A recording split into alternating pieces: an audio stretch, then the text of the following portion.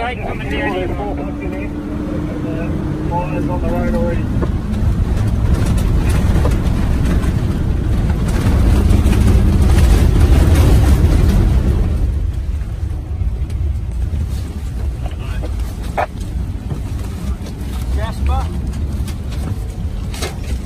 Jasper, put the blanket up.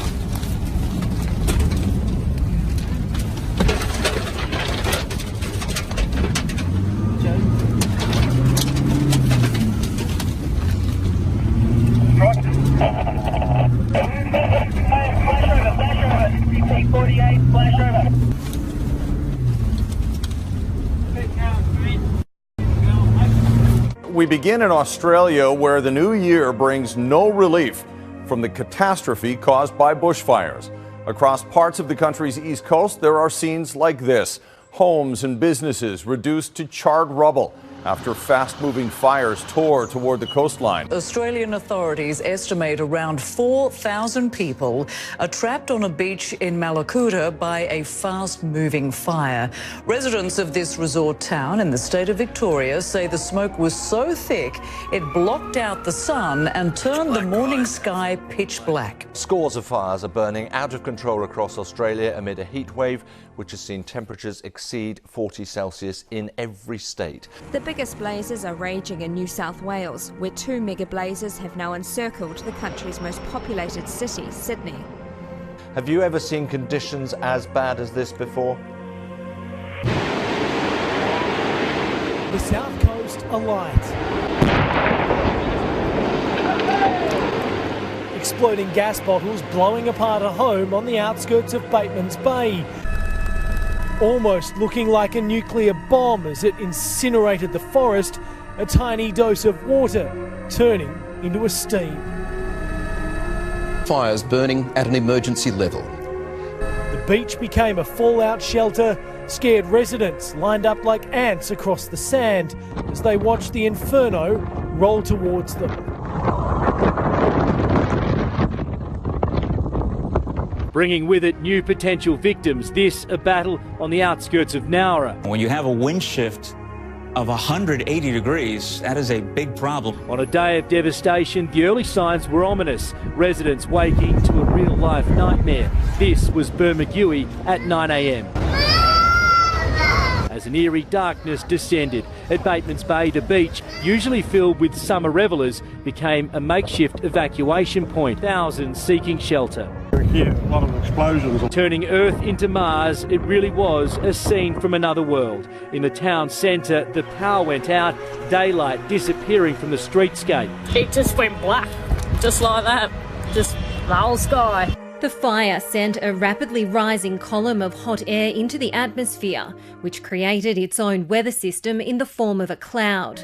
But that cloud became unstable and collapsed, causing erratic behaviour at the foot of the fire. This freakish weather event that would have to be seen to be believed engulfed that vehicle with flame, fire and strong winds, and literally picked up an 8-tonne truck and flipped it over.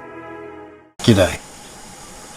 2002 hasn't started very well for Australia. But before we get into serious matters, thank you to those who tuned into my New Year's Eve live stream. As big a failure as it was.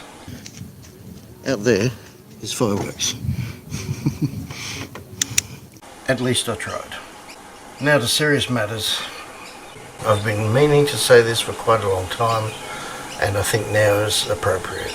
And I'll try and hold back how I might speak to you in person for the sake of it being on YouTube. But I do feel strongly about this. And it's time people realise the facts. Now, these bushfires have been going on for months in most states of Australia. That's just one of those things. It happens all around the world. Wherever you have a hot, dry climate, you're going to eventually have fires. This is nothing new. This has been going on for millenniums. But the problem I have is these climate change protesters or extinction protesters. And to those people, I say, you have to stop this. You're causing unwarranted panic and disseminating false information. which is just perpetuating amongst the people that don't even bother to check the facts. And please do check the facts on everything I say on this video. Climate change is nothing new. We have enough scientific evidence, as fallible as science sometimes is. We have unquestionable evidence that this has happened many, many times since planet Earth began. And we have had extinctions, probably more than science tells us, but we know of at least a couple. We also have a pretty good idea why. We had global warming back then, and yeah, it wiped out some species. We also had the Ice Age.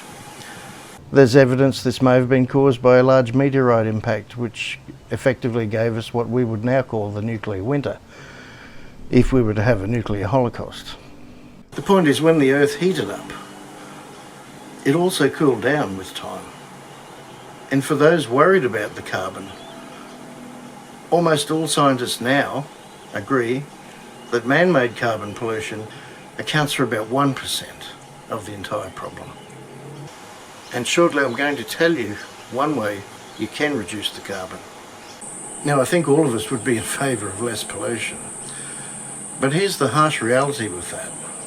Despite what you would initially think, yes, we should have solar and wind power all around the world, it is apparently a fact that we literally do not have enough land to put all the wind farms and solar panels.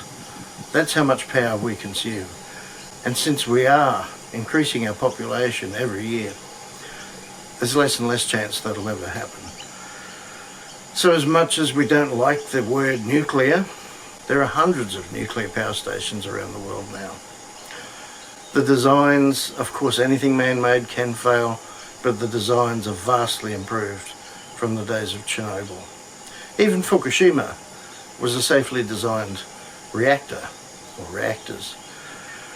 However, the flaw with that is not having the power, because of the tsunami, to run the pumps that you do need to cool the nuclear reaction. Probably not too wise that they built it right there, given that Japan is prone to earthquakes and tsunamis. But I don't want to digress too much. This isn't a documentary and it would take hours to express everything in fine detail.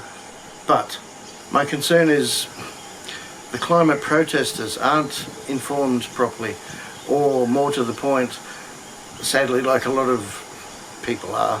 They're influenced because they don't bother finding out the facts. And there's also the element that they want to belong to something, some cause. Get out there and do something that you can change now. Yes, they've listed some demands, but what do you realistically expect anyone can do about it? Nothing instantaneous. Of course, the governments of the world have agreed that in about 35 years' time they will hopefully drop the carbon emissions down to whatever arbitrary percentage. These people don't have your best interests at heart. I'm sorry if you think they do, but they don't. It's all about money. The corporations that are really pulling the strings in the world, it's about the bottom line. It's not about you or me or our kids or grandkids or anything. So you're never going to change that. Some would say that the technology that we lost with the likes of Tesla and people before him and Coral Castle, look all those things up.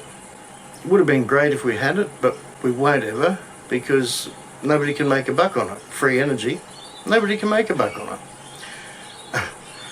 It's a sad reality, folks, I'm sorry. But you have to face the reality. So nuclear is the only energy source that we have at the moment. Now, back when they were developing reactors, they had a choice of using uranium or thorium. Thorium is actually 3 times more abundant than uranium. There's far less waste from the reactors, and that waste is much less radioactive. But here's the catch. They realised they couldn't weaponise thorium, so they went with uranium. Again, do you see the pattern? Now, the huge corporations in the world have spent trillions of dollars researching how to get to Mars and etc.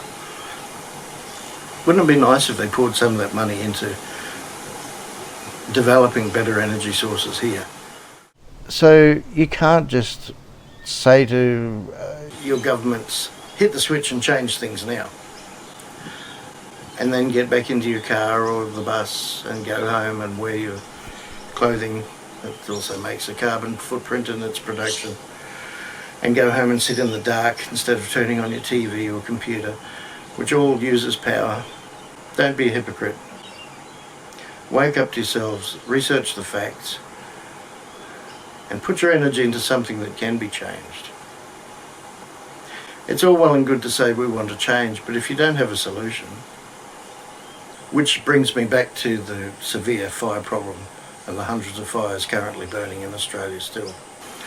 I'm actually quite fortunate because where I live in Brisbane, we are actually not quite surrounded by forest, but pretty close to it, as you would have seen in some of my videos. So thus far we've escaped without being affected here.